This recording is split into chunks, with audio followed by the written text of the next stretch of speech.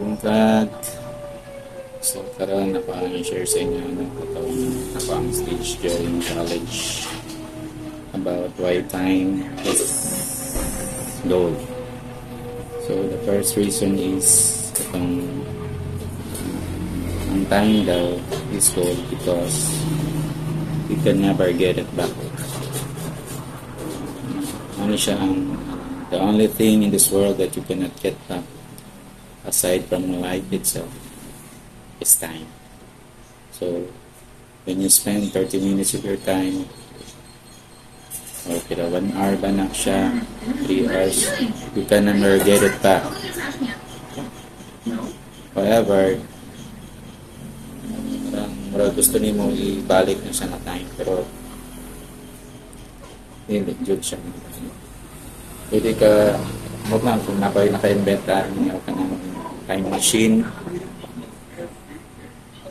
pero kanina time sa tuwa wala pa din naka-inventa namin. So, ano man na siya kay usahin na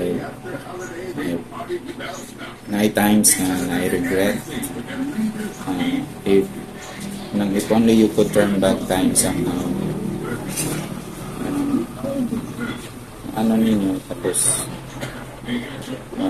mabalik din mo ang time, you would give everything just to have it. Yan, so, ang time ko daw, ang pantay ko, tatanang mga tao, nandikan ka po nito kung akong research ng Google din dati, no? You only have 24 hours in a day. So, equal yun ang mga tao. So, every individual, nang same chance sa life. Pero, we all have 24 hours in a day. Isa ang dato, pinakapobre, na 24 hours in a day. The poorest of the poor also have the only difference ang gigamit sa pinatubig lahi ang gamit nila sa time sa 24 hours ng dato, lahi po nila ang gigamitan sa ilahang oras. Kanang na siyang giyon sa 24 hours kung dili nimo gusto kanang dili nimo gusto inyo life kanang karong panahon na, there is only one thing you need to do. It change the way you spend your time. You don't need to place your hope in winning ang gusto ka mo dako, mga loto, ating laing tao para mo dato ka. Pwede naman ka dato sa imong integridad nimo niya. Dato ka nang nag-value ka sa ubang tao. And then, isa, you can trade time for money. Yung sa aman lang, kanang nada ka trabaho, kanang simple nakitrabaho, napakay negosyo.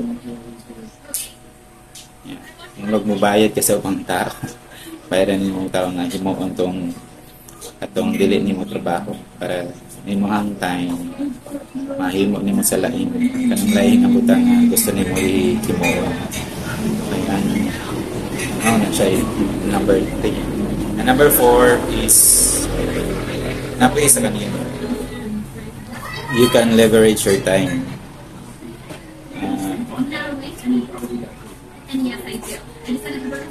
Kani mo nagpareha ka po sa number 3 pero kani mo nang ginain mo isag pareha tao 24 hours a day pero murag atong naay kwarta mas makaano pa siya og time jud kani mo nang ma-spend niya og maayo iyang time sa ubang butang baka murag madingaw sa butang kay pwede man niya pahimo tong butang dalang trabaho mo sa ubang tao nga na ba so mo nang ginatawag na leverage ano. And then number 5 ano siya number 5 final, you can make the most of what you have. Kanang the hard truth is that your time is limited. Anong wala jud ta kabalo kung kano siya ta kanang makuha diri sa kalibutan. Ang one thing is for sure, kung gamiton jud nimo maayo imong time, you can make the most of the time kanang nga ata. Spend your golden time with your loved ones. You take care of them. Enjoy what life has to offer. Ito lang hinamduman that we are just a passers-by in this world we call life. When you live your life by the moment, you leave a long-lasting impression into the lives of other people, and your life's meaning would be fulfilled. So, all lang to guys, mga kabungkag. That is why time is gold. Mayong bungkag.